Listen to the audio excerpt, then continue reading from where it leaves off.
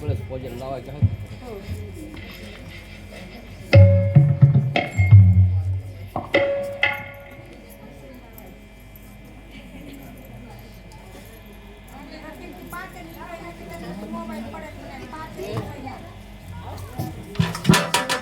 लागल धक्का ठेवायकडे ठेवायकडे पाहिजे भरून तुला तुझ्या ठेवायकडे बघा ठेवायकडे होईल बी तसं इकडे मोबाईलवर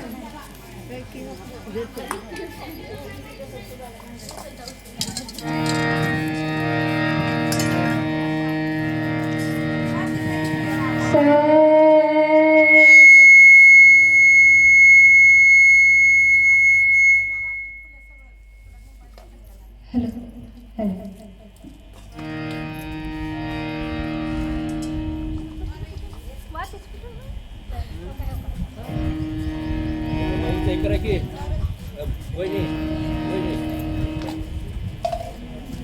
ठेवा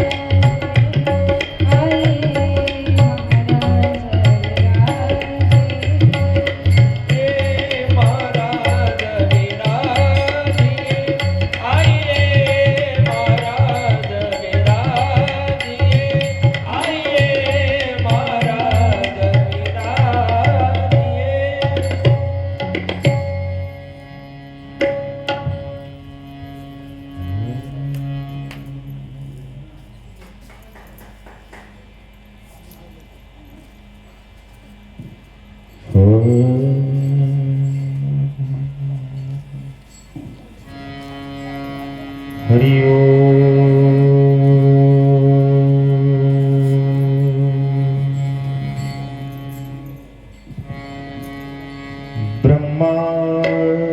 ब्रह्मानन्दं परमसुखदं केवलं ज्ञानमूर्ति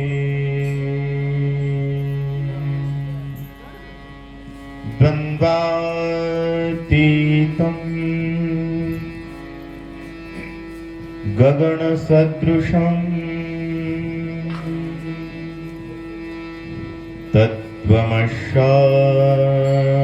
तत्त्वमस्याधिलक्षणम्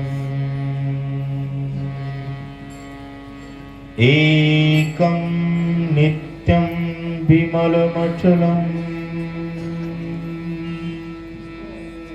सर्वधी साक्षभूतम्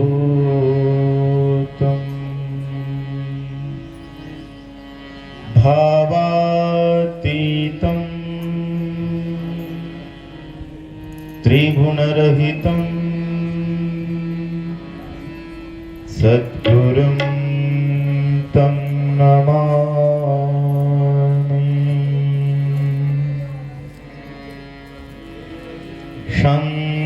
शान्ताकारं भुजगशयनं पद्मनाभं सुरेशं विश्वाधारं गगनसदृशं मेघवर्णं शुभांगम्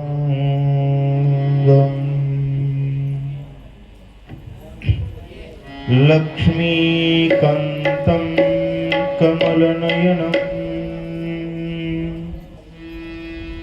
योगिभिर्ध्यानगम्यम् वन्दे विष्णुं भवभयहारिणम्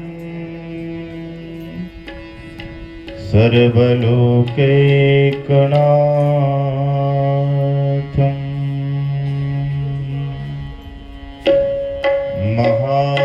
महायोगपीठे तटे भीमरथा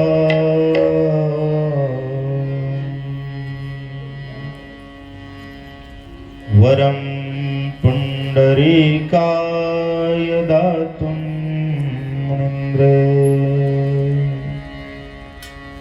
समागत्य तिष्ठन्त्यमानन्दकन्दम्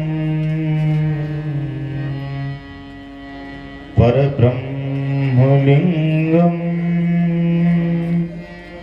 भजे पाण्डुरङ्गम्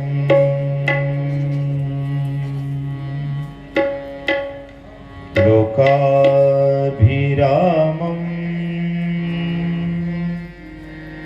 रणरङ्गधीरं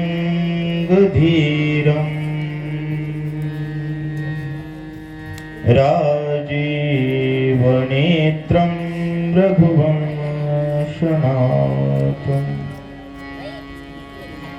कारुण्यरूपं करुणाकरन्तं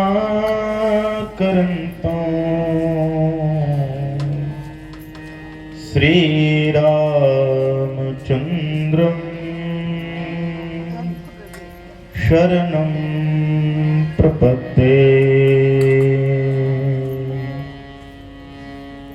मनोजवं मारुततुल्यवेगम्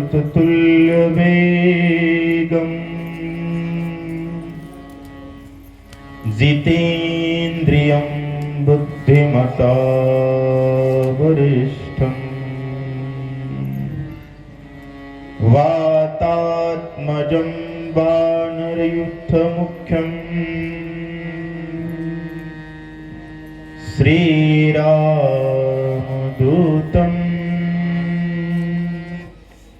शरणं प्रपद्ये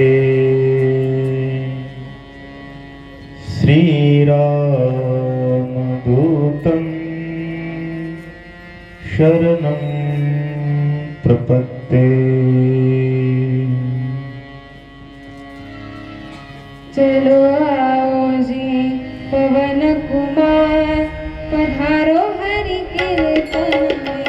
चलो आओ जी पवन कुमार पधारो हरि कीर्तन में। पवन कुमार पधारो हरि कीर्तन में। राम जी को लाना लखन जी को लाना। राम जी को लाना लखन जी को लाना।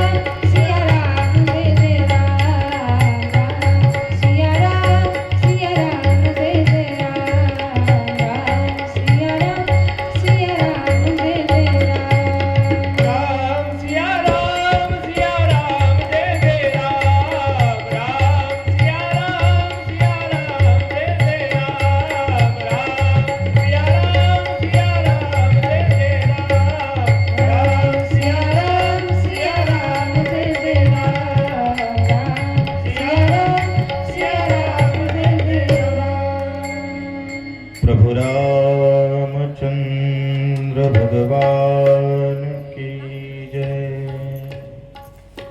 कपिवर्य महारुद्र हनुमान की जय।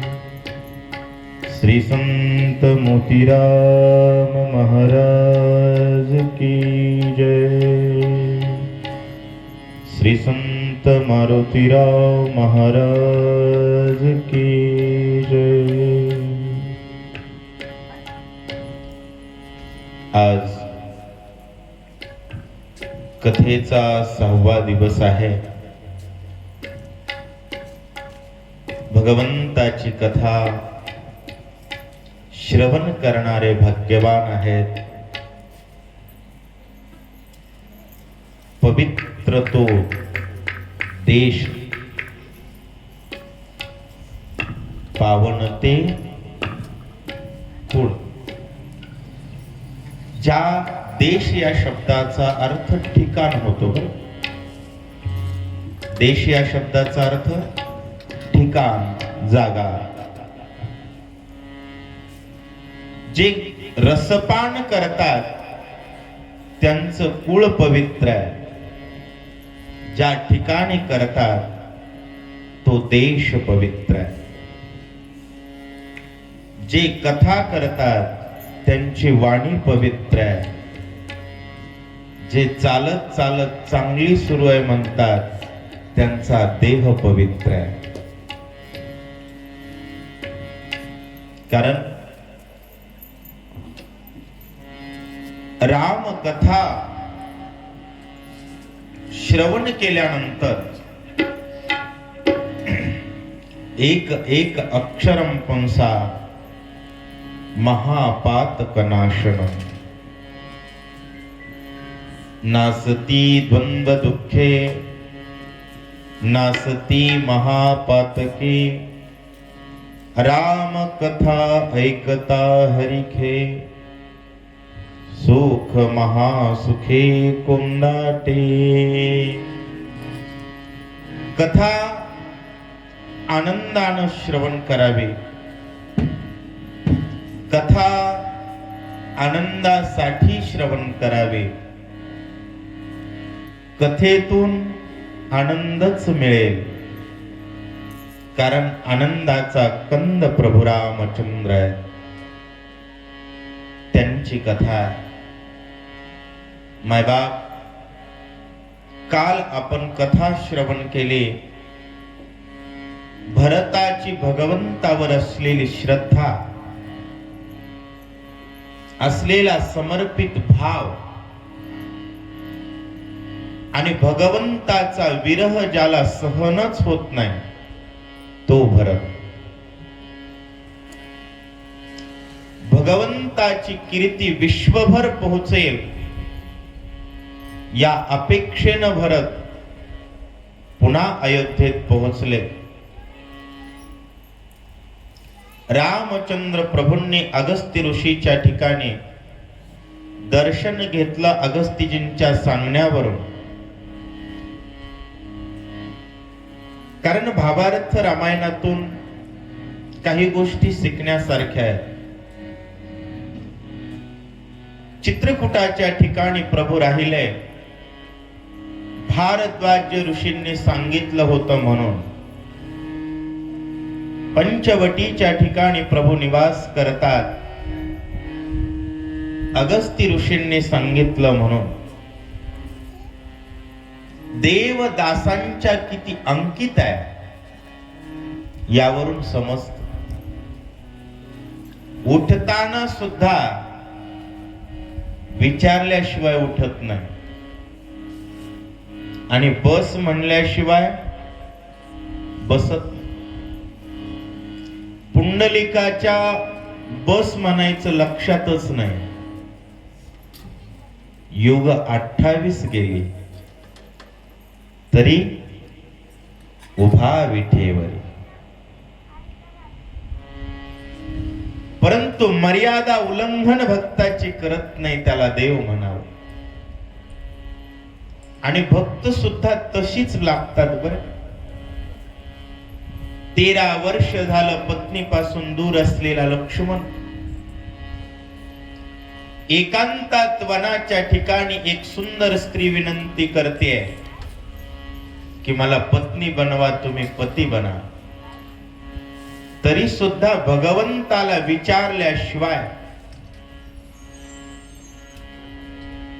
भगवंताला आवडेल की न आवडेल याचा विचार केल्याशिवाय एक पाऊलही टाकण्याची कल्पना करतो त्याला भक्त म्हणत नाहीत बरं का. भक्ताच्या जीवनाचा एकच स्वार्थ आहे, आपुला तो एक देव करुणी घ्यावा. काय सामर्थ्य असेल लक्ष्मणाचं हे बघा. वैराग्य विवेकाच्या गोष्टी सभेत सांगणं वेगळं आणि एकांतात विरक्तीवर विराजमान असणं वेगळं.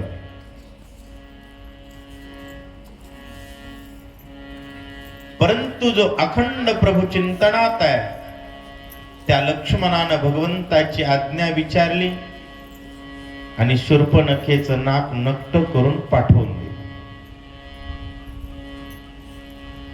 तिचा मुलगा मारला गेला.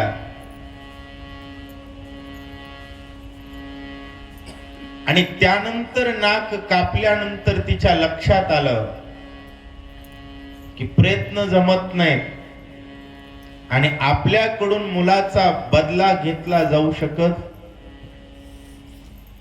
त्यावेळेस ती खर दूषण त्रिशरा जनस्थानाच्या ठिकाणी राहत होती. जनस्थानाचा परिसर थोडक्यात जनस्थान म्हणजे आजचं महाराष्ट्र. खर दूषण त्रिशरा तिथं शूर्पणखेची चुलत भाऊ राहत होते. त्यांना सांगितलं, दादा दादा दादा, अरे तुमचं नुसतं नाव जरी सांगितलं तर पृथ्वीवरची सर्व माणसं घाबरतात, देव दैत्य घाबरतात, परंतु तुमच्या लाडक्या दिदीचं नाक कापलं. काय कापलं महाराज? राजाच्या बहिणीचं नाक कापलं म्हणल्यानंतर राजाला राग येतो. आपल्याकडे 7-8 वर्षापूर्वी एक छोटा व्हिडिओ फिरत होता. वाटेतून जाता जाता पाटलाचं घर आणि पाटलाच्या घरापुढं कुत्र होत. ते कुत्र भुकायला लागलं. ते ज्याच्या अंगावर पडलं तो म्हणतो हाड हाड हाड. सोबत जाणारा म्हणला, अरे पाटलाचं कुत्र हे आवाजावं बोलावला. त्यावेळेस तो म्हणत होता, आवो हाडा आवो हाडा. मी विनोदानं सांगतोय की जर मोठ्या लोकांना इतका प्रतिष्ठेचा विषय असेल आणि चक्क राजाच्याच बहिणीचं नाक कापलं तर राग किती आला असेल. खर दूषण त्रिशरा तिघ सुद्धा लालबुंद झाले महाराज. आमच्या बहिणीचं नाक कापलं. कोण आहेत ते? एका मिनिटात त्यांना मारून आणा, नाहीतर जिवंत बांधून आणा म्हणून 14 राक्षस सोडली. लक्ष्मणाला भगवंतांनी सांगितलं होतं, लक्ष्मण इथून पुढं सावध राहायचं. आता राक्षस येतात म्हणजे रिकामे राहत नाहीत महाराज. 2-4 असली तरी त्यांचं हा हा हो हो सुरू असते. कलियुगात सुद्धा 2-4 जरी असतील तरी त्यांचं हा हा हो हो सुरू असत. आपली हजार रिकामी झोपी जातात. 14 होती, मोठमोठ्यानं गर्जना करत होती. एक म्हणतो मी रामाला खाणार, दुसरा म्हणतो मी तुला खाऊ देणार नाही, मला खायचा राम. तो म्हणला अरे तू लक्ष्मणाला खा. वाटे करून घेऊ लागले महाराज जाण्याच्या अगोदर. आणि तिथं गेल्यानंतर भगवंतांनी सांगितलं, लक्ष्मणा तू सीतेला सांभाळ. सीताई साहेब म्हटल्या आम्हाला युद्ध पाहायचंय. वृक्षावरती दोघ जण बसले महाराज. सीता आणि लक्ष्मण आणि रामचंद्र प्रभू युद्ध करत आहेत. एका बाणामध्ये 14 मारले. पुन्हा 14,000 राक्षस पाठवली.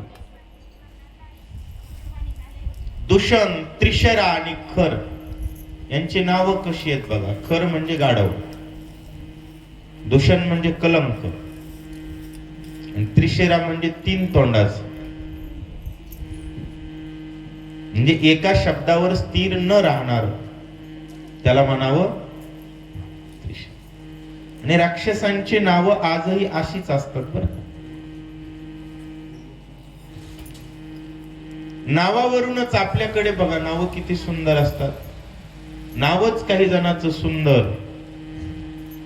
कोणाचं नाव सुग्रीव. ग्रीव म्हणजे मान. ज्याची मान चांगली आहे, प्रतिष्ठा चांगली आहे, त्याला काय म्हणावं? सुग्रीव.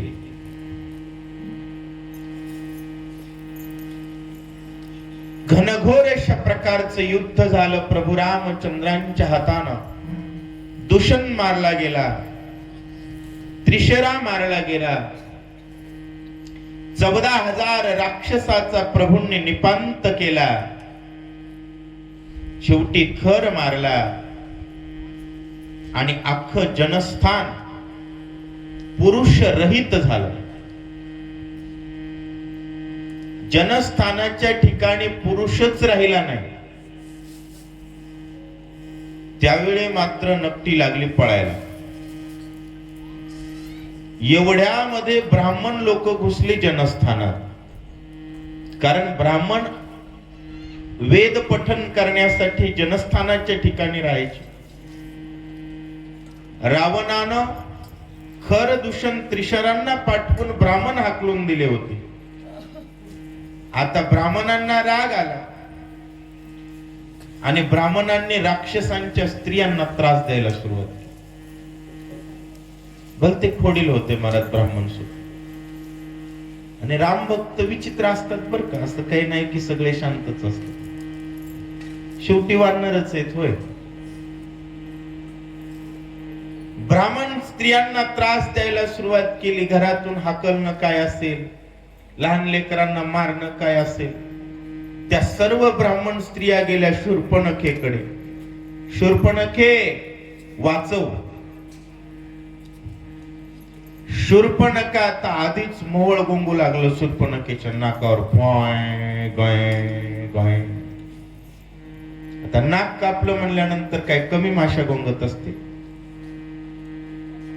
हेलिकॉप्टरचा पंखा वाजल्यासारखा सारखाच माशाचं मोहळ होत. ती शूर्पणखा घुसली ब्राह्मणांच्या मागे. लागले ब्राह्मण पळायला. रामा धावा, रामा वाचवा. भगवंतांनी सांगितलं अरे लक्ष्मणा बघ बर काय झालं. लक्ष्मणानं हातामध्ये तलवार घेतली महाराज. तलवार बघितली की शूर्पणखा लागली लाख पळायला. माय म्हणली हे कुठून माझ्या मुळावर आले. यानं नाक कापलं माझं. भाऊ मारले. 14,000 राक्षसांचे राख केले. एवढ्यामध्ये लक्ष्मणानं धनुष्याला बाण जोडला आणि शूर्पणखेचे दोन्ही कान कापले. आधी होती नकटी.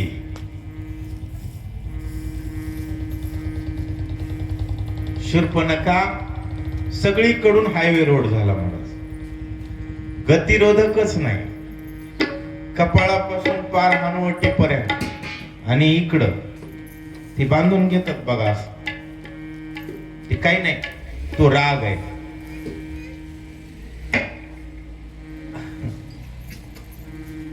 तो काय आहे? राग आहे. कारण शूर्पणखेची उत्पत्ती येते. आताचे जे आहेत ना, शूर्पणखेची उत्पत्ती आहे. त्यावेळेसचा राग आहे नाक कान कापल्याचा. शूर्पणखा विमानात बसली. सर्व राक्षसांच्या स्त्रिया घेतल्या. आणि शूर्पणखा निघाली महाराज. लक्ष्मण बाणानं जिवंतच मारणार. लक्ष्मणाला रामाने सांगितलं मारू नको जिवंत. का? दसकट फुकणारी बाई मारायची नसते. कारण इथले दसकट फुकले, आता ही तू कुठे ठेवणार आहे? लंकेवर. रामचंद्र प्रभूंनी लक्ष्मणाला सांगितलं शूर्पणखा वर्ण घालणारी स्त्री आहे. ते जात जाताना काय म्हणतात? वर्णच ना, वर्ण टाकणे. आणि आपण काय करू म्हणले? राक्षसांचा भरडा करू. राक्षस मारणं आपला धंदा आहे. शूर्पणखेचं विमान लंकेमध्ये उतरलं महाराज. लोक म्हणले विमान उतरल्यानंतर सुद्धा पंख्याचा आवाज कस काय यायला? विमान बंद झाल्यानंतर शूर्पणखेच्या सगळीकडे माशाच होत्या. घोंगू लागल्या. रक्त सगळं नाक. लंकेतली लोक बघितल्यानंतर थर कापू लागले. कारण राजाच्या बहिणीचं नाक कापणारा कोण असतो? राजाचा दरारा काही साधा होता? अशोक वनामध्ये फूल सुकलं तर सजा सूर्याला होता. एवढा दरारा ज्या राजाचा आहे त्याच्या सख्या बहिणीचं नाकही कापले आणि कानही कापले. लंकेतली लोक बघू लागले. सगळे मोबाईल मध्ये रेकॉर्डिंग करू लागले महाराज दीदीचा फोटो.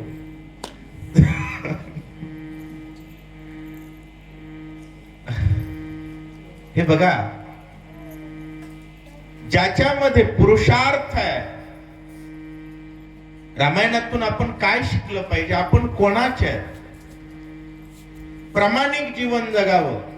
आणि नादी राजा लागला तरी उद्ध्वस्त करण्याची ताकद पाहिजे. लंकेच्या राजाची बहीण आहे म्हणून रिकामी नाही सोडली. नाक कान कापून पाठवलेली होती. शूर्पणखेनं जो गळा काढला, मोठमोठ्यानं रडू लागली महाराज. आता ते नाक कापल्यानंतर आवाज कसा येत असेल याचा अंदाज आपण बांधू शकत नाही. फॅफॅ करत नीट रावणाच्या समोर मोठमोठ्यानं रडू लागली. पाया पडू लागली. दादा बघ रे तुझ्या लाडक्या दीदीचा अवतार. महाराज भाऊ वेगळाच असतो.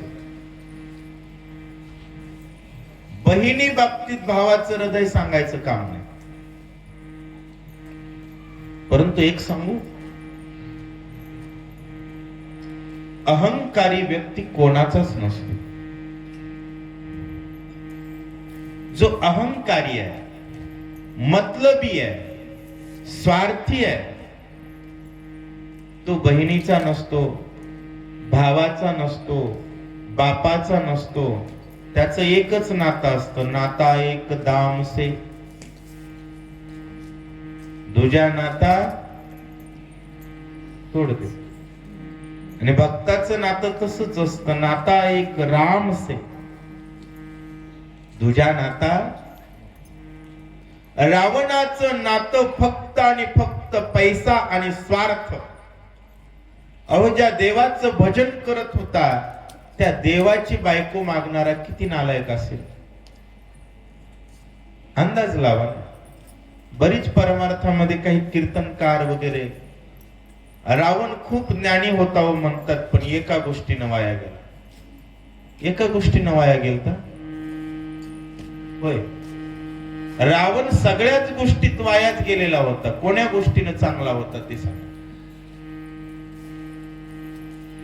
काही लोक म्हणतात नाही, रावण महादेवाचं भजन करत होता. खरंय का? खरं नाही.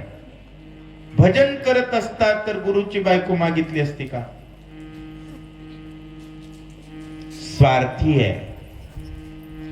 स्वार्थ साधेपर्यंत बूट उचलणारी माणसं असतात बर का. काय ती स्वार्थ साध्य होईपर्यंत बुट उचलतात, चपल उचलतात आणि उचललेली बुट स्वार्थ साधल्याबरोबर मारायला माग बघत अशा कॅटेगरीचा रावण होता. बहिणीचं नाक कापलंय, त्याच्या लक्षात आलं कोणीतरी बलवान आहे, मग त्याच्याशी विनाकारण भांडण करायचं. रावण शांत आहे, सगळं ऐकून घेतोय. ती मोठमोठ्यानं सांगू लागली, दादा माझी काहीच चूक नव्हती, माझं नाक कापलं. तो तिच्याकडे पाहत नाही, तिला बोलत नाही, तिच्याकडे बघत नाही. तिच्या लक्षात आलं ते खोडील जातीचं आहे म्हणले. आता ती बहीणच होती, लहानपणापासून बघितलेलं होतं तिनं. तिनं म्हटली, रावणा तो राम खूप सुंदर आहे. लक्षात घ्या बरं का, हिचं नाक कापलंय. ती काय म्हणते, राम खूप सुंदर आहे. स्वार्थासाठी माणसं काही करतात. तिला तिच्या मुलाचा आणि तिचं कापलेल्या नाकाचा बदला घ्यायचा होता. रामाचं सौंदर्य वर्णन केलं तरी रावण बोलतच नाही. कारण शिवधनुष्य उचलत असताना राम किती बलवान आहे त्याला माहिती होत. त्यामुळं विनाकारण झंझटीत तो पडणार. परंतु त्या रामासोबत सीता आहे आणि सीता खूप सुंदर आहे. मला सीता म्हटल्याबरोबर यानं पाहिली होती, वृत्तीतच वाईट होता, तिथं सीता मिळाली नव्हती. आणि शूर्पणखा म्हणते, दादा वनवासाजवळ एवढी सुंदर स्त्री शोभत नाही, तू राजा आहेस, ती तुझ्या राजवाड्यात असावी अशी माझी इच्छा आहे. खरोखरच शूर्पणखेला रावणाचा मोठेपणा अपेक्षित होता का? तिला तिचा बदला पाहिजे होता. परंतु ती म्हणते, रावणा सीतेचं अपहरण करूया.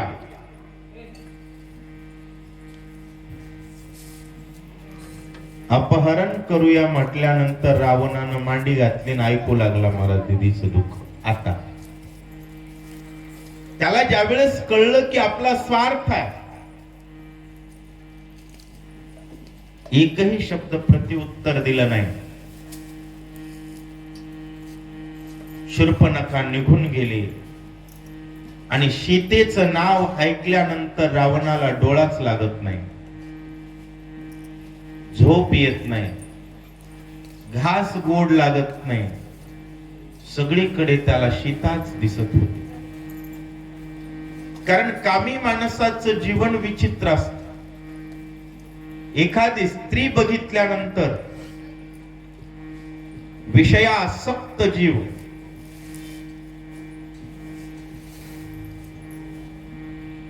शांत बसू शकत नाही.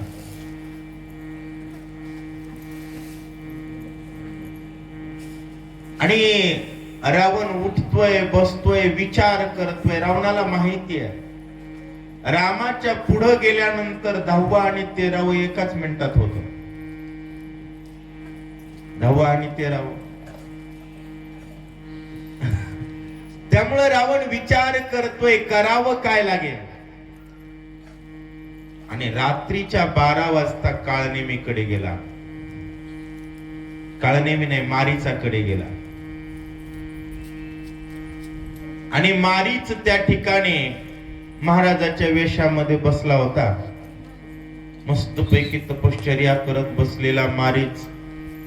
रावण आल्याबरोबर मारीचानं लोटांगण घातलं. हात जोडू नका, रावणाला घातलंय. सवय लागली आपल्याला. लोटांगण म्हणलं की रावणाला आपण लोटांगण घालायचं. लोटांगण घातलं, स्वागत केलं.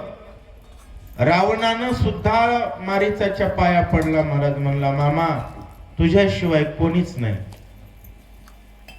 मामा म्हटलं, एवढा प्रेमाच्या उकळ्या अचानक जाग झालेलं प्रेम समजावं धोक्याची घंटा आहे. रावण म्हणतो, मामा तुम्ही खूप कपटी आहेत. ते म्हणला, काही अडचण नाही, त्या डिपार्टमेंट मध्ये माझी PhD झाली. राजा इमानदार असेल तर मंत्रीपद इमानदाराला भेटत. राजाच गद्दार असेल तर होय मंत्रीपद कोणाला भेटत? गद्दारांना. रावणच कपटी आहे तर त्याचे मंत्री सुद्धा कॅबिनेट मधला माणूस होता महाराज तो. रावण म्हणतोय, मामा राम आणि सीता वनाला आलेत आणि त्या रामाची सीता चोरण्यासाठी तुम्ही मला मदत करा. राम शब्द ऐकल्या बरोबर कणकण जमिनीवर पडला महाराज मारीच. लट लट लट लट लट मारीच कापू लागला. तोंड वाकडं झालं, पाय खोडू लागला महाराज. थोड्या वेळानं मारीच सावध झाला. म्हणला, रावणा 1 लिटर इंड्रेलचा डब्बा आणून दिलास ना म्हणला, जाग्यावर पेतो म्हणला, पण त्या रामाकडे जा म्हणू नको. का? एका बाणात माझी माय मारली म्हणला ताटिका. माझ्या समोर सुबाहू माझा बाहू मारला, त्याच बाणानं उडून पडलोय म्हणला इथं. त्या दिवशीपासून हे भगवे कपडे घालून फिरालोय म्हणला. मला थोडं जगू दे ना. मारीच घाबरलेला बघितला आणि रावणाच्या लक्षात आलं. म्हणला, मामा तुझी तिकडून बिसरली म्हणला आणि इकडून बिसरली. गेलास तर रामाच्या हातानं मरसेल, नाही जात म्हणलास तर इथंच मारतो. आता मारीचानं विचार केला. म्हणला, राम देव आहे, देवाच्या हातून मेलो तो मोक्ष मिळेल आणि याच्या हातून मेलो तर मरावं लागेल. रावण म्हणला, मामा काम जर साध्य झालं तर तुम्हाला अर्ध राज्य देतो. त्यानं म्हणला, बुडालेल्या बँकेचा चेक कोणी काढून देतो? कोणी देतो? जी बँक उठून गेली होय, त्या बँकेचा चेक कोणी काढून देतो? मी मेल्यानंतर काय व्हावं? रावणानं सांगितलं, मामा चायलात का मारू?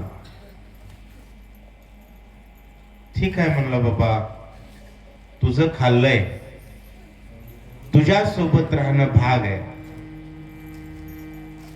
मारीचानं सुंदर अशा प्रकारे हरणाचा वेश घेतला. रावणानं संन्याशाचा वेश घेतला आणि रावण आणि मारीच पंचवटीच्या ठिकाणी आले. हरिण बघितल्यानंतर होतच सोन्याचं. आजपर्यंत किती लोकांनी सोन्याचं हरिण पाहिले? वर हात करा. कोण बघितलंय? हरिण सोन्याचं नसतं. नसलेली गोष्ट दिसल्यानंतर खरी मानावी का खोटी? हरिण सोन्याचं असतं का? नसतं, पण दिसलं आणि वाटलं. आणि जीवनात पहिल्यांदा सीता म्हणते, लक्षात घ्या, ते हरिण सीतेच्याच पुढे येत आहे, सीतेलाच दिसत आहे. दुसरं कोणाला ते हरिण दिसत नाही. रामापासून नजर चुकवू लागलं आणि सीतेच्या पुढे येऊ लागलं. लक्षात घ्या, सीतेचं चित्त रामात आहे. रामात असलेलं चित्त हरिण हरू लागलं आणि हरणात आणू लागलं. रामावरचं चित्त ज्याचं हरलं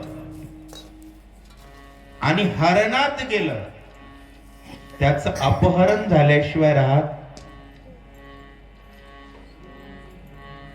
चित्त कुठं लागावं? माझे चित्त तुझे पाय. परंतु रामात असलेलं चित्त आज तिला हरण सुंदर दिसतंय. खरं पाहता सुंदर कोण आहे? सुंदर कोण आहे? राम सुंदर आहे. किती सुंदर आहे? राजीव लोचन मदनाचा पुतळा रवी शशी कळा लोपलिया. राजस सुकुमार मदनाचा पुतळा. राजस सुकुमार मदनाचा पुतळा रवी शशी कळा लोपलिया. राजस सुकुमार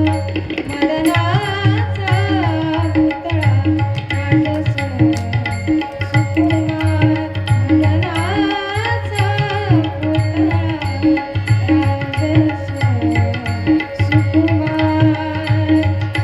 मदनाचा पुतळा. राजस सुकुमार मदनाचा पुतळा रवी शशी कळा लोपलिया.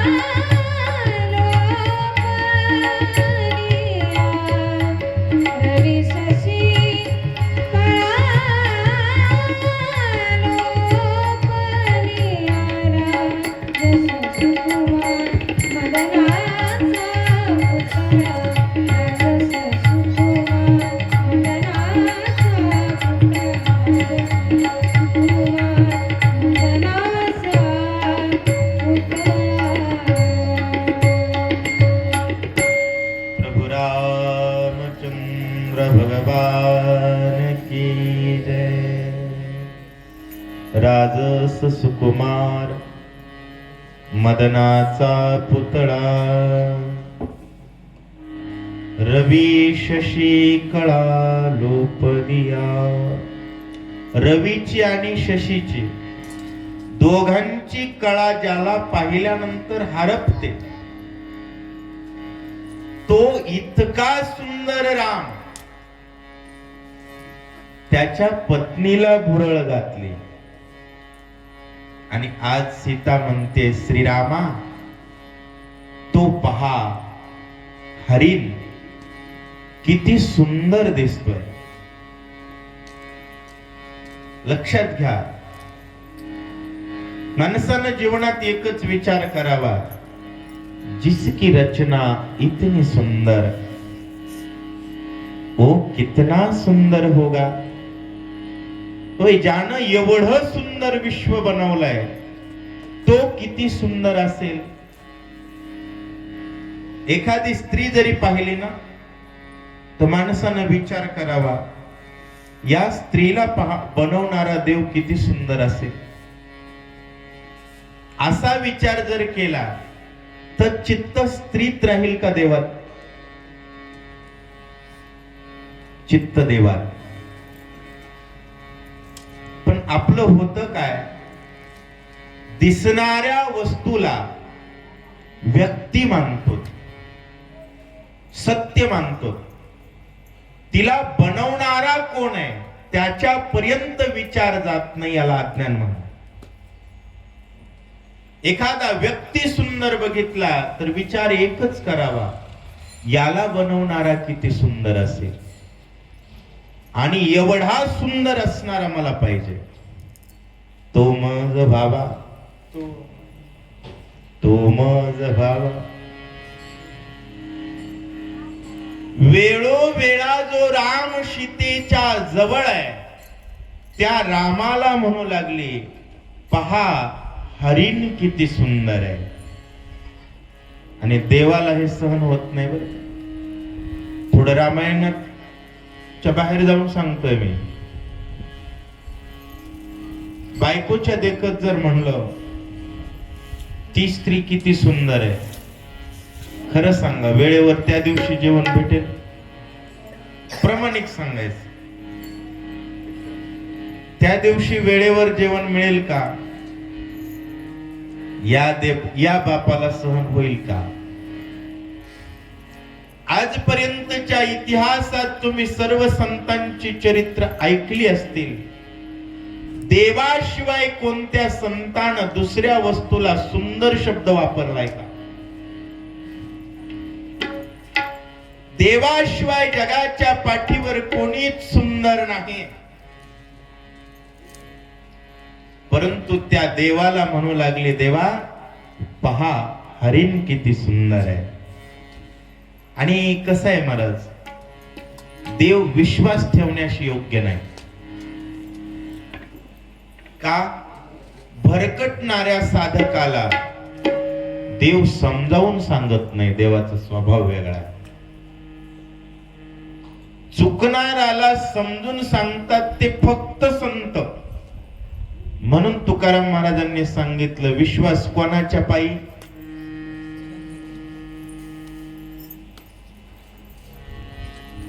संताची पायी.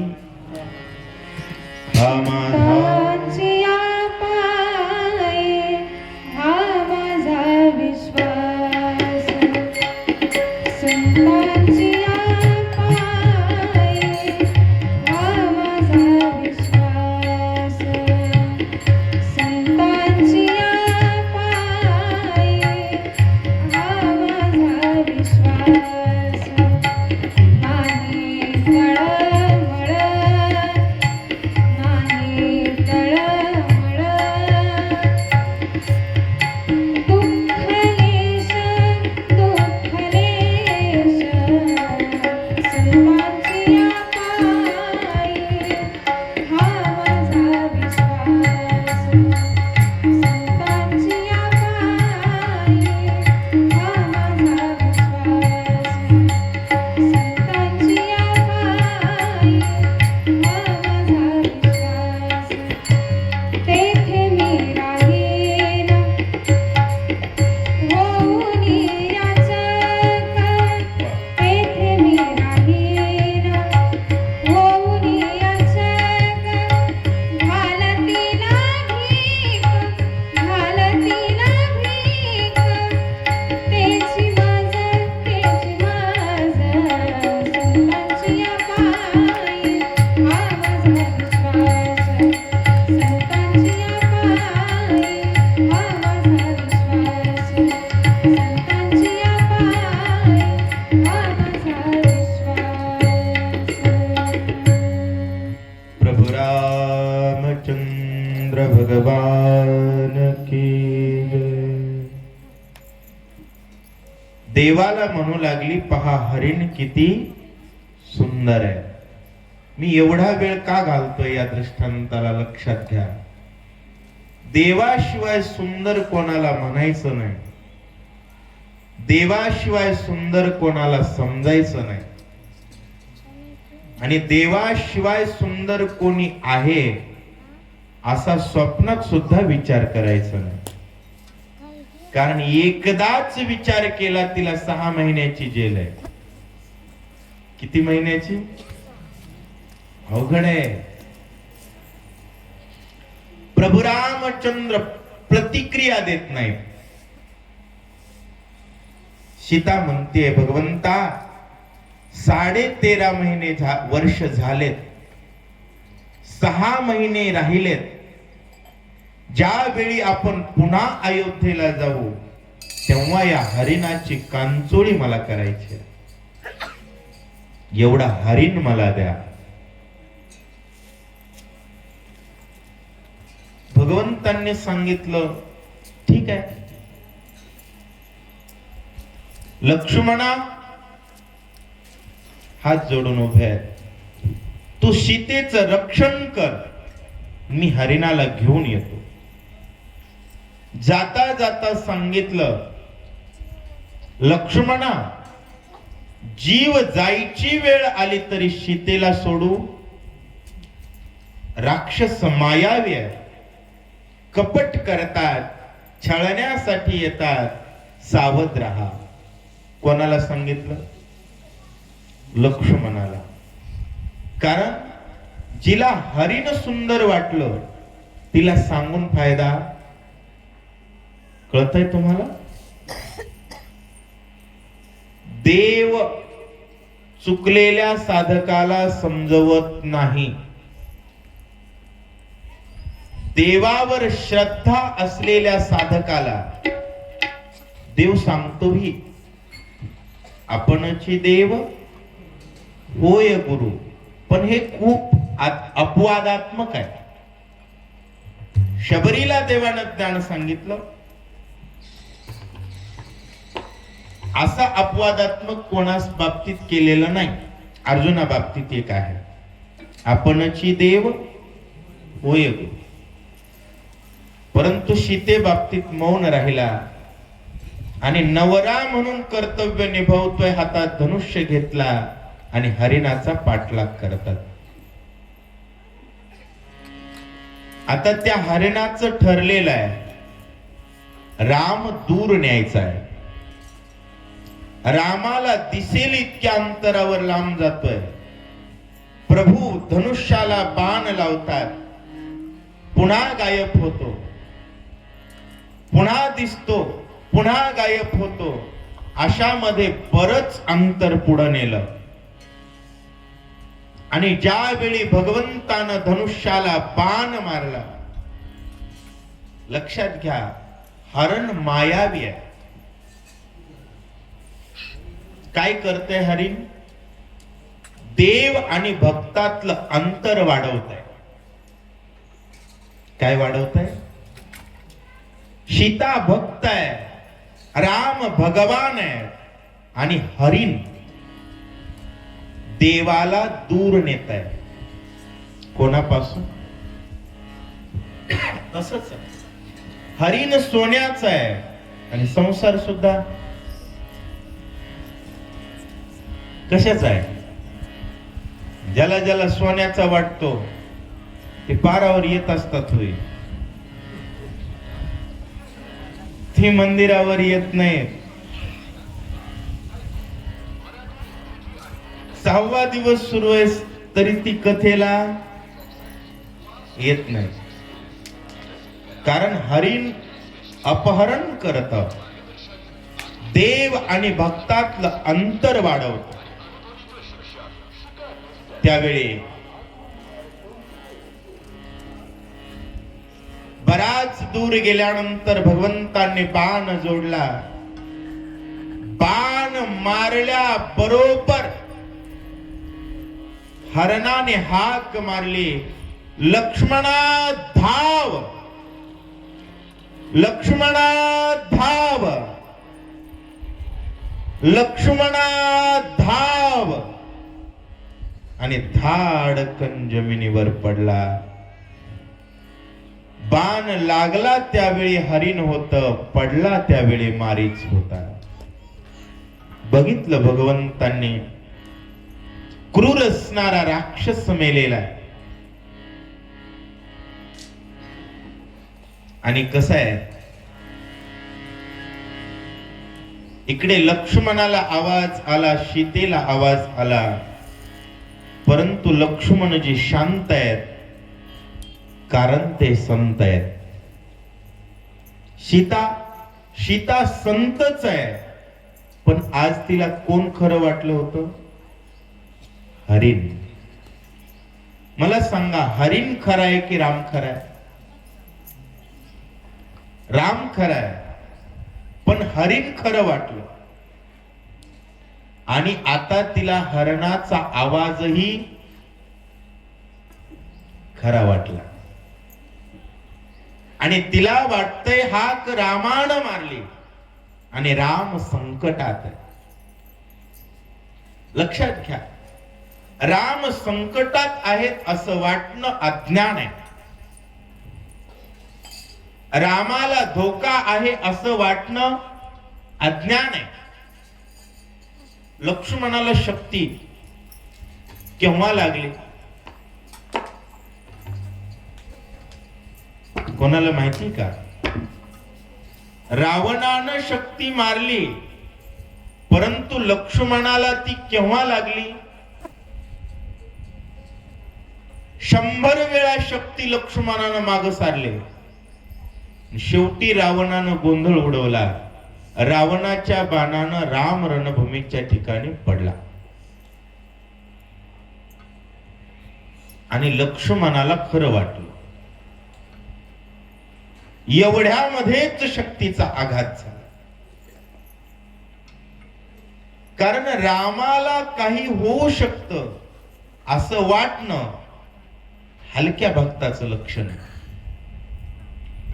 हा भक्ती मधला अंतर आहे आणि याच अंतरात अहंकाराचा आदाडा बसतो.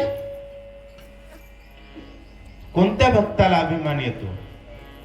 भजन तर करतोय पण देव आहे की नाही वाटतो त्याला अभिमान येतो. ज्याला ज्याला देव खराय वाटतं त्याला अभिमान येत नाही. रावणात मारीचाचा शब्द सीतेला खरा वाटला. लक्ष्मण सांगतोय, आई साहेब मला माहितीये प्रभू रामचंद्रांना हरवेल असा वीर जगात जन्मला नाही. तुम्ही चिंता करू नका, निवांत राहा. पण महाराज मी रामाची पत्नी असं वाटू लागलं. पण लक्ष्मण भाऊ आहे हे विसरली. नको ती शब्द लक्ष्मणाला बोलायला सुरुवात केली. पण रामाचा शब्द आहे, जीव गेला तरी सीतेला सोडायचं. लक्ष्मण कानात बोट घालून ऐकू लागले. तसंच आहे की लोक शिवाय फक्त महाराजांनाच देतात, ते बी कोणत्या? ओरिजिनल महाराज. डुप्लिकेट महाराजांचा थाटच तुम्हाला माहिती नाही. आता काल परवा एक 7-8 दिवस झालं मार सुरू आहे बघा. एकाला 24 तास ते नाशिकचे पोलीस मारायला लागले. त्या बाबाकडे 5 कोटीची प्रॉपर्टी आहे. किती? 5 कोटी.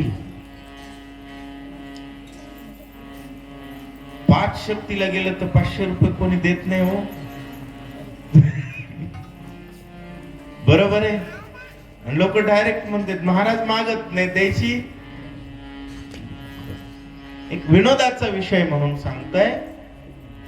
असत्यासी रिझले जन, पापा देती अनुमोदन. भोंदू बाबांचा आज थाट आहे. ज्या मंत्र्यांना आपल्याला भेटायचं म्हणलं तर 8-8 दिवस त्यांचा पीए फोन उचलत नाही. ती सगळी मंत्री लाईन लावून त्या महाराजांच्या पाया पडतात. कोण्या?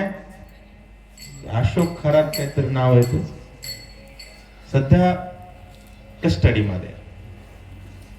मला सांगायचं हे की सीता लक्ष्मणावर अविश्वास करते आणि लक्ष्मणा तुझ्या पोटात पाप आहे म्हटलं. सहन झालं नाही मला. कारण भक्ताला काही सहन होईल पण अशी काही आरोप सहन होत नाही.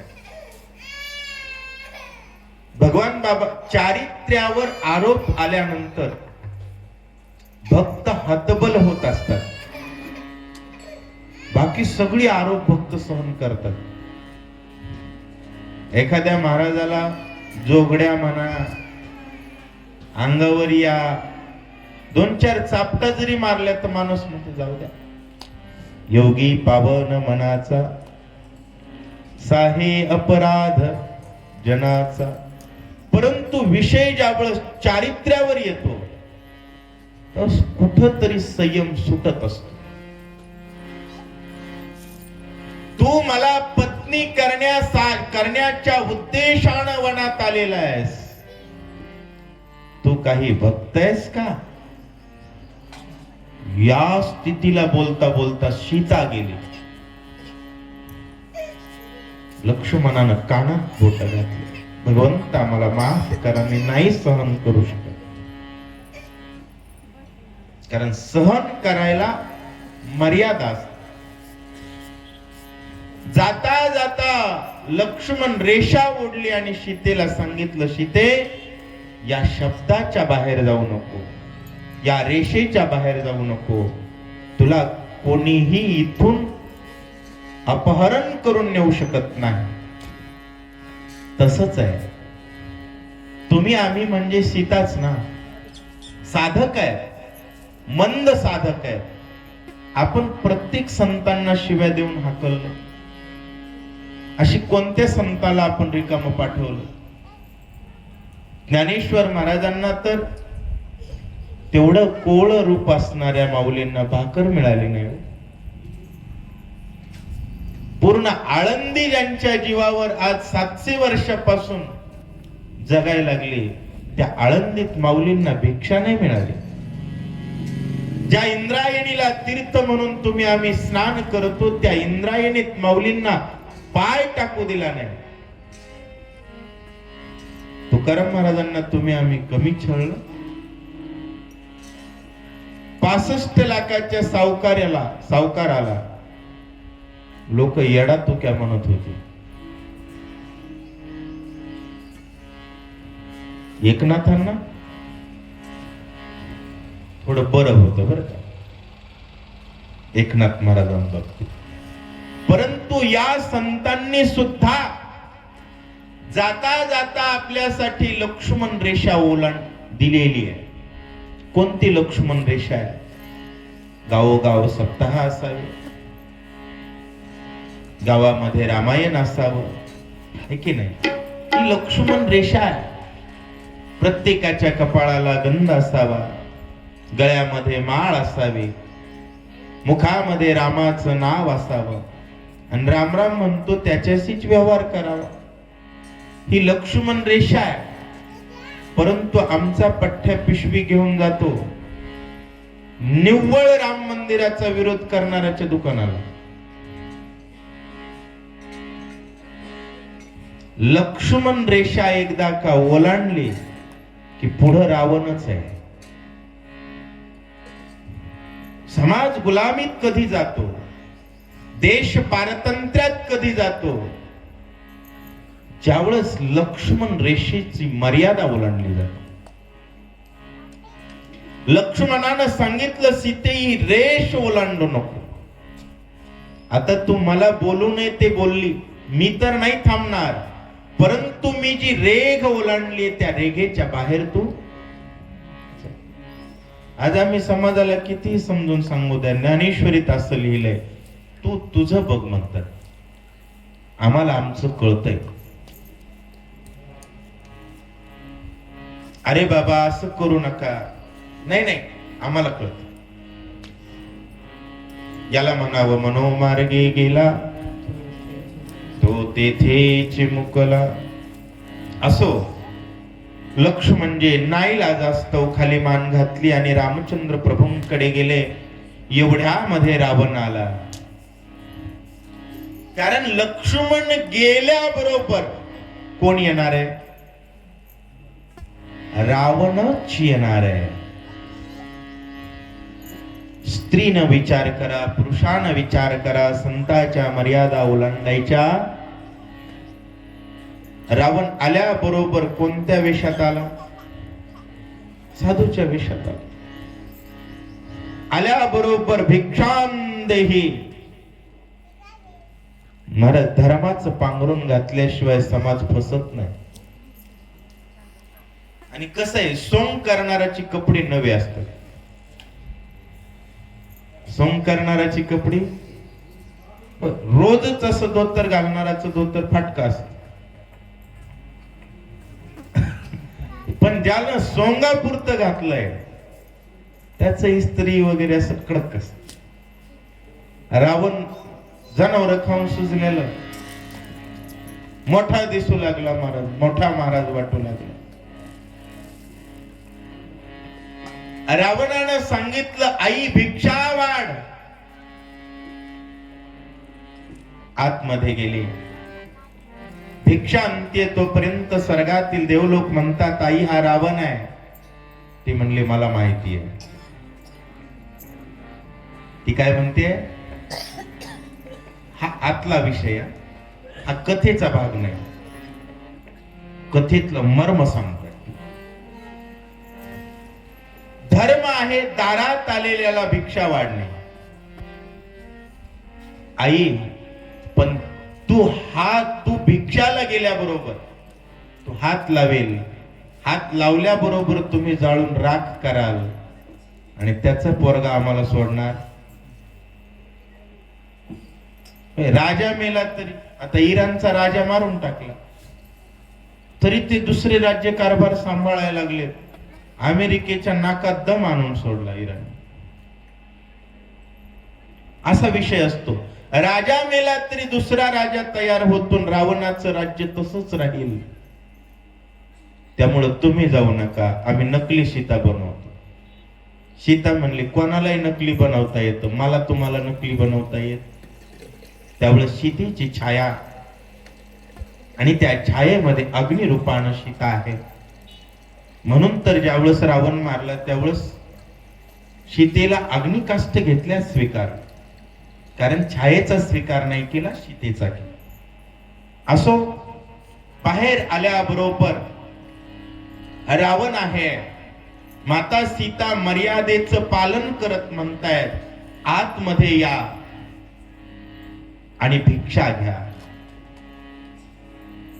परंतु तो क्रूर राक्षस होता, त्यानं सांगितलं आडवी रेष संन्यासी ओलांडत नाही. आडवी रेष आता त्याला ओलांडणं शक्य नव्हतं, पण शक्य नाही म्हणत नाही. आणि तुम्ही आजही बघा, जिथं कथा सुरू आहे तिथं राक्षस येत नाही, कारण संताच्या रेषेत राक्षस, तुम्ही काहीही बोला राक्षस प्रतिउत्तर देतील. तुम्ही जय श्रीराम बोला ती गप्पच बसणार. संताच्या मर्यादेच्या रेषेमध्ये राक्षस येत आणि राक्षसाच्या टप्प्यात आपण जाऊ नये, पण आपल्याला हौस असते. बरोबर. सीता हे निमित्त आहे, खरी गरज आजच्या समाजाला. मला काही एका मिनिटात हा प्रसंग होतो, मला किती वेळ लागतो. एवढं लांबवण्याचं, विस्तृत सांगण्याचं कारण काय कळलं पाहिजे. रावण भिक्षाम देही म्हणतोय, पण रावण जय श्रीराम म्हणतोय का? आणि शपथ सांगतो व्यासपीठावर, दारात मागणारा असा पाय खोडून जरी मेला तरी जय श्रीराम म्हणत नाही तोपर्यंत वाढू नका. काय वाढायचंच नाही. महाराज पाप लागेल, मला लागेल महाराज, तुम्ही ताण घेऊ नका. कारण मूळ आस्थेशी जोपर्यंत संबंध नाही तोपर्यंत त्याला साधू म्हणू नका. रावण म्हणतोय मी आत येऊ शकत नाही, सीता म्हणते मी बाहेर येऊ शकत नाही. तो म्हणतोय तुझा धर्म, तुझं सत्व हरण करून जातो. आता सीता घाबरली. घाबरायचं नाही. त्यानं अशी 1.5 किलोमीटर जरी दाढी वाढवलेली असेल आणि जय श्रीराम म्हणत नसेल, तोंडाकडे बघायचंच नाही. साधू म्हणायचं तर अजिबातच नाही, पण बघायचं सुद्धा. पण आपल्याला वाटतो महाराज साधू, आता हा कोण खरात पकडलाय, यानं कधी जय श्रीराम बोललेलं ऐकले का? कुठं मीडियात व्हिडिओत आले का? ते भोंदू बारदाना तिथंच खतम होतो. मग ज्याचा श्वास श्वास राम म्हणतो त्याला साधू म्हणा. मायबाप सीतेनं लक्ष्मण रेषेच्या पुढं पाय टाकल्या बरोबर हात पकडला. भयंकर क्रूर अशा प्रकारचं राक्षसाचं रूप धरलं आणि सीतेची केस पकडली. एका सेकंदापूर्वी माय म्हणणारा दुसऱ्याच सेकंदाला केस पकडतोय. आज लव जिहादची प्रकरण तुम्हाला कळत असतील. हेच प्रकार आहेत सगळे. राजाची राणी बनवतो म्हणतो आणि एकदा का लग्न झालं की पुन्हा तिची तुकडे फ्रीज मध्ये सापडतात.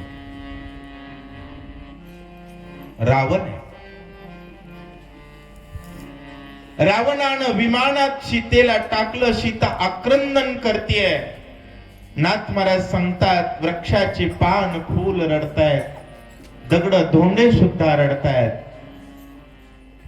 आक्रंदन करत सीतेला घेऊन जात असताना वाटेमध्ये गिधाडाच्या जातीत जन्माला आलेला होता जटायू.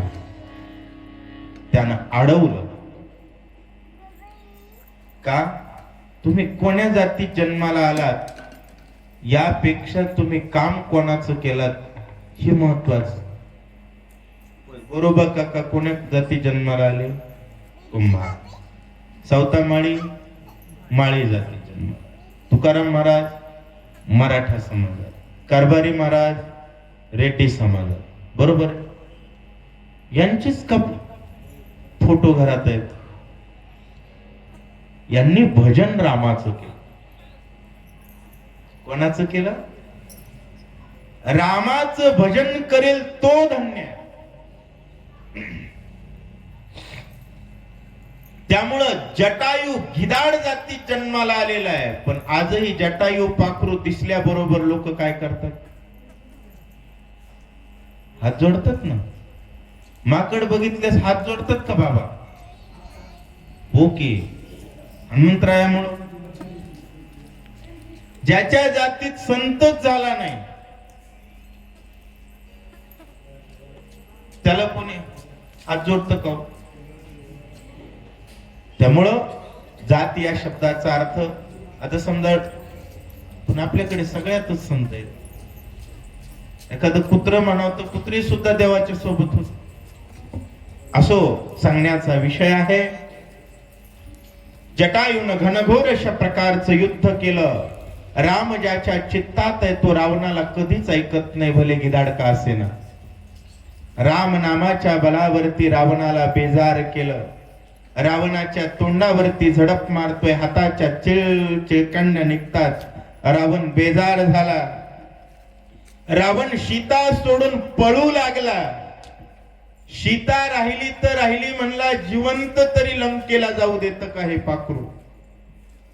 पळाला पळाला पळाला. पुन्हा त्याचा अहंकार जागा झाला. पुन्हा जटायूकडे आला आणि पुन्हा त्यानं ठरवलं पाखराला भिवून राजा पळाला म्हटलं तर लंकेच्या तोंड लोकांना काय तोंड दाखव. मग कपट केलं. पाखराला म्हटलं तुला रामाची शपथ आहे, तुझं मरण सांग. बघा, शपथ जर घातली कोण तर पाळावी. समोरचा संत असेल तर. समोरचा जय श्रीराम म्हणत नाही, त्यानं आपल्याला शपथ घातली तर पाळावी का? अजिबात पाळू नये. भक्त बनायचं, पण भोळा भक्त बनायचं. काय व्हायचं? सावरकर, वीर सावरकर जेलमध्ये असताना कैद्याला अन्न थोडंच असायचं ना, वाटी वाटी भात वगैरे. ख्रिश्चन काही असायचे, इतर जातीचे काही जे कैदी असायचे, त्यांनी म्हणायचं त्या भाताला हात लावला की भात बाटतो. बाटला की काही हिंदू कैद्यांनी ते खायचं नाही म्हणायचं. आणि मग त्यांना चांगलं भेटायचं इतरांना. पण सावरकर म्हटले, हात लावल्यानं जर बाटला तर मी तुझ्या शरीराला हात लावतो, तू मरून जा. म्हणजे विचार केला पाहिजे, समोरचा छळ करतो हे आपल्याला कळलं पाहिजे. जटायूला कळलं नाही.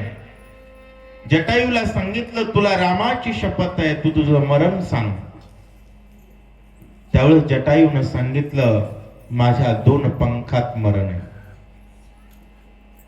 रावणा तुझं मरण कशात आहे? म्हणला माझा डाव्या पायाच्या अंगठ्यात आहे. जटायू डाव्या पायाच्या अंगठ्यापाशी आल्याबरोबर पंख हातातच आले, उपडून टाकले. महाराज जटायू जमिनीवरती पडला. रावण सीतेला घेऊन लंकेला निघाला. एवढ्यामध्ये रामचंद्र प्रभू आले. लक्ष्मणाची गाठ पडली. 2 जण पंचवटीच्या ठिकाणी आले. आश्रम रिकामा दिसतोय. सीते सीते सीते म्हणून प्रभू आक्रंदन करतात.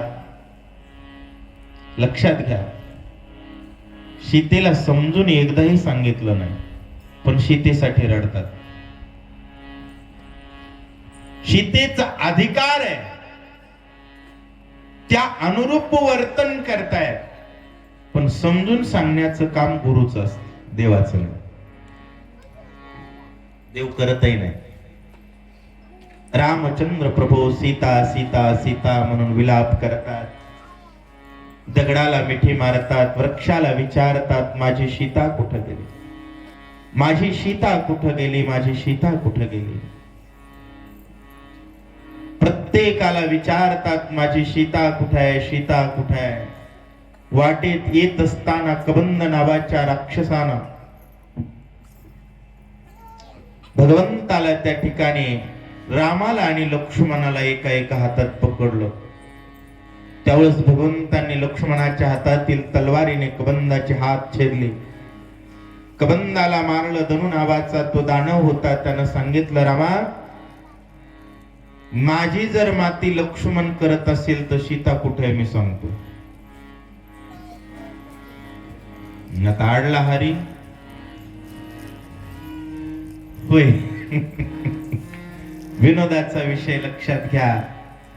तो हुशार होता. त्यानं सांगितलं लक्ष्मणानं जर माझी चिता जाळली तर मी सीता सांगतो. कारण रामाचा बाण लागल्यानंतर त्याच्या लक्षात आलं संताच्या हातानं अंत्यसंस्कार होणं किती चांगलं. आता सांगितल्यानंतर लक्ष्मणाला गुपचूप लाकडं गोळा करावं लागली. महाराज कसं असतं, सेवकी करावी सांगितली काम. धनु दानवाचा उद्धार झाला. विमान आलं, विमान निघालं. रामचंद्र प्रभू म्हणले अरे तू विमानात चालला, तुझा उद्धार झाला, तरी तू आणखी सांगितलं नाही सीता कुठे. राम म्हटलं मला कुठं माहिती. म्हणले मग काही नाही. म्हटले सुग्रीव राजा आहे, त्याच्या सोबत मैत्री करा, बाकी सगळं काम होऊन जाईल. त्यानंतर प्रभू सुग्रीवाच्या शोधात निघाले. पंपा सरोवराच्या ठिकाणी अतिशय सुंदर अशा प्रकारचं वन आहे, सुंदर तलाव आहे. त्या ठिकाणी सगळं सौंदर्य बघितलं आणि प्रभूला सीतेची आठवण झाली.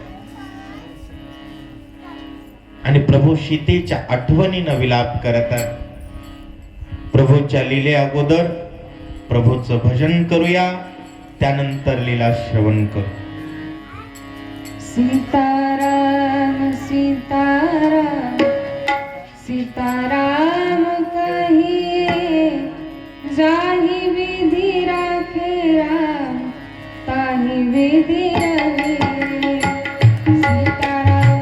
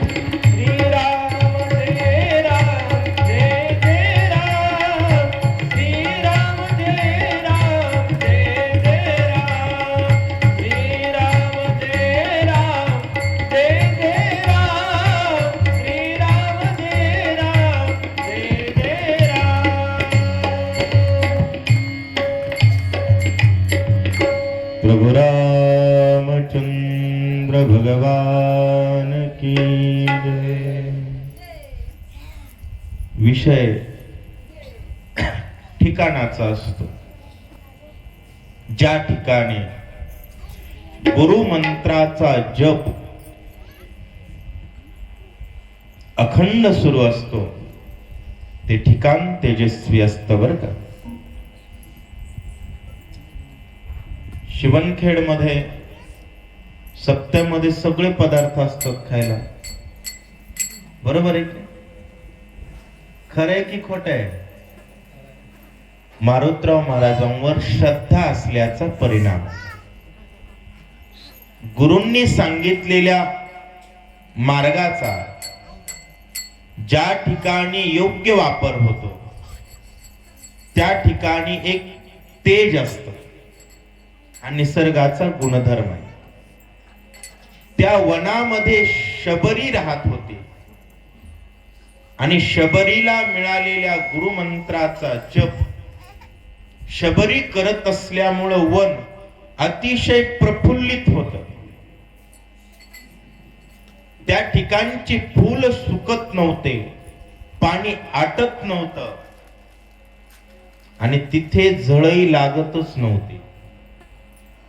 अतिशय रमणीय ठिकाण आहे आणि रमणीय ठिकाणात गेल्याबरोबर भगवंताला सीतेची आठवण झाली.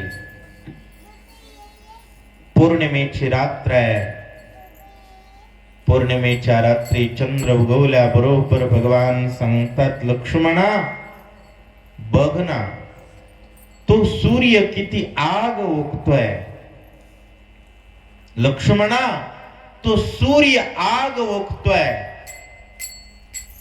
लक्ष्मण म्हणतात, अहो रामा रात्र आहे, रात्रीत सूर्य नसतो, चंद्र आहे आणि शीतल आहे. लक्ष्मणा अरे हा चंद्र किती आग ओकतोय, त्या चंद्राला परत जायला सांग, नाहीतर एका बाणात मारून टाकेल.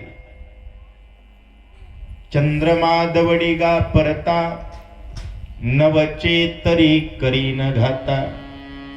लक्ष्मणा सीतेचा विरह मला त्रास देतोय रे लक्ष्मणा, मी सहन करू शकत नाही.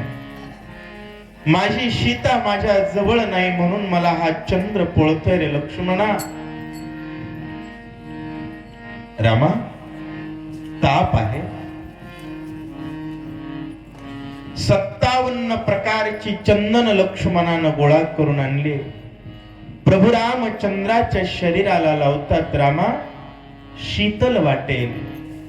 रामचंद्र प्रभूंना राग आला. लक्ष्मणा अरे हा चंदन नाही रे, हे किती तप्त तेल पोळल्यासारखं पोळतय माझ्या अंतःकरणाला, माझ्या शरीराला. लक्ष्मणा माझी सीता नाही रे, मला प्रत्येक गोष्टीतून त्रास होतोय रे लक्ष्मणा.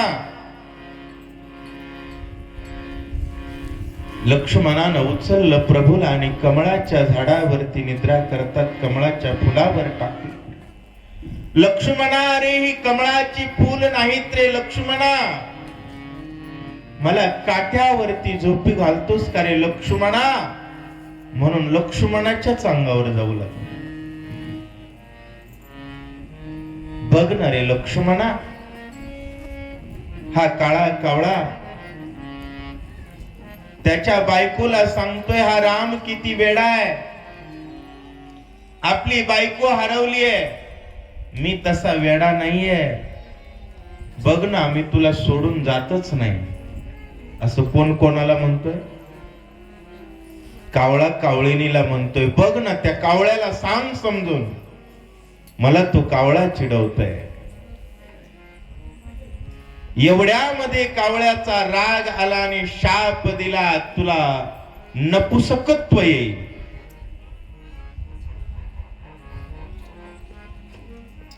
कावळा आणि कावळी दोघे हात जोडतात. देवा अहो तुम्ही देव असून तुम्हाला विरह सहन होत नाही, आम्ही रानची पाखरं आहेत देवा,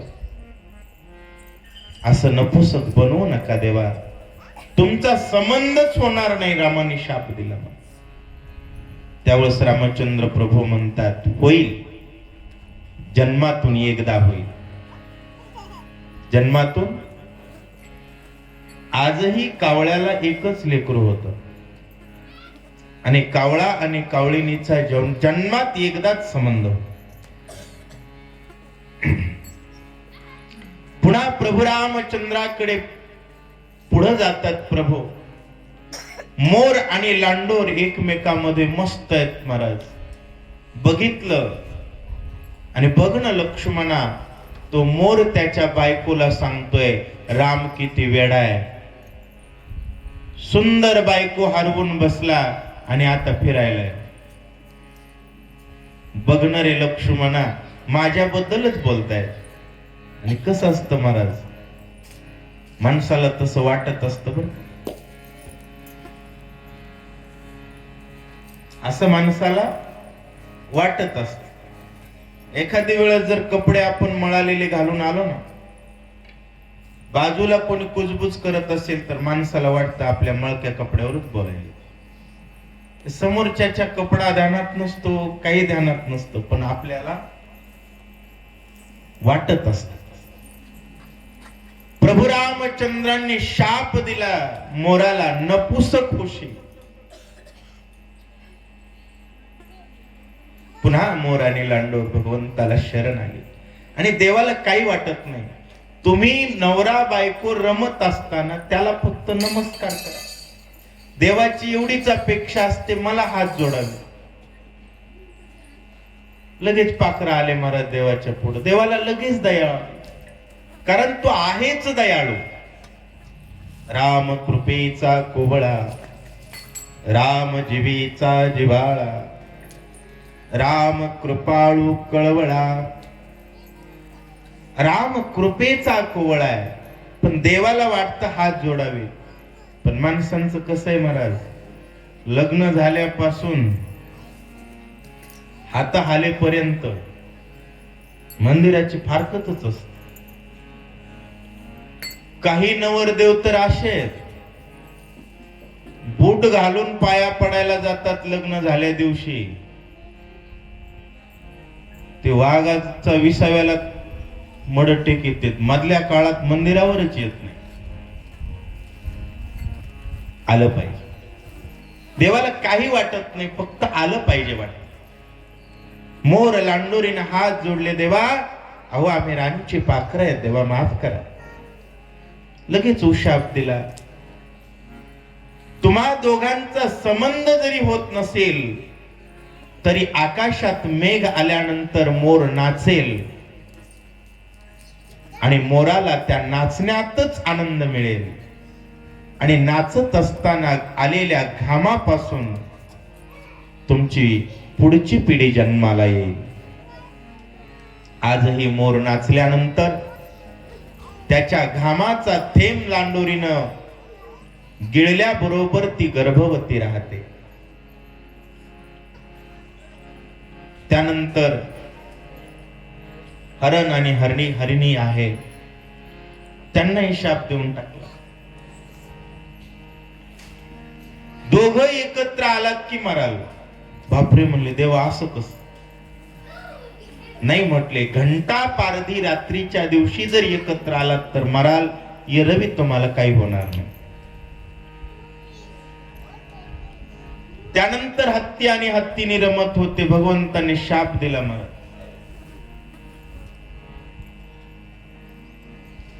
शाप दिल्यानंतर हत्तीने दोघही देवाला पाया पडतात. देवा अहो आम्ही जगायचं कसं. तेव्हाच भगवंतांनी सांगितलं, लक्षात घ्या,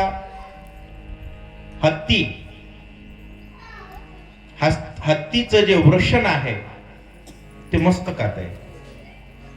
मस्तकावर पाणी पडेपर्यंत आणि उन्हाची धग लागेपर्यंत हत्तीला काम जागा होती. आणि हत्तीला उशाप दिला की तुम्हा दोघांचा संबंध झाल्यानंतर 7 दिवस हत्तीला उठता येत नाही. किती दिवस? 7 दिवस हत्ती उठू शकत नाही. 7 दिवस हत्तीने त्याला चारा पाणी जाग्यावर आणून देत. आणि मग हत्ती उठतो. याला आजही गजोपसेज म्हणतात. काय म्हणतात? गजोपसेज.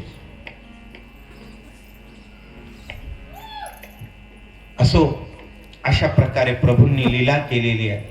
चक्रवाक नावाच्या प्राण्याला शाप दिला. रात्री मस्त दोघ जण एकत्र राहू लागले. रामाला म्हणू लागले, किती वेडा आहे बायको, विसरला? रामाने शाप दिला, तुमची गाठच पडणार नाही. लक्ष द्या. सुरू आहे का? ते लेकराला तिथे येऊ देऊ नका, नाही तो वर द्या. त्या ठिकाणी शाप दिला चक्रवाकाला.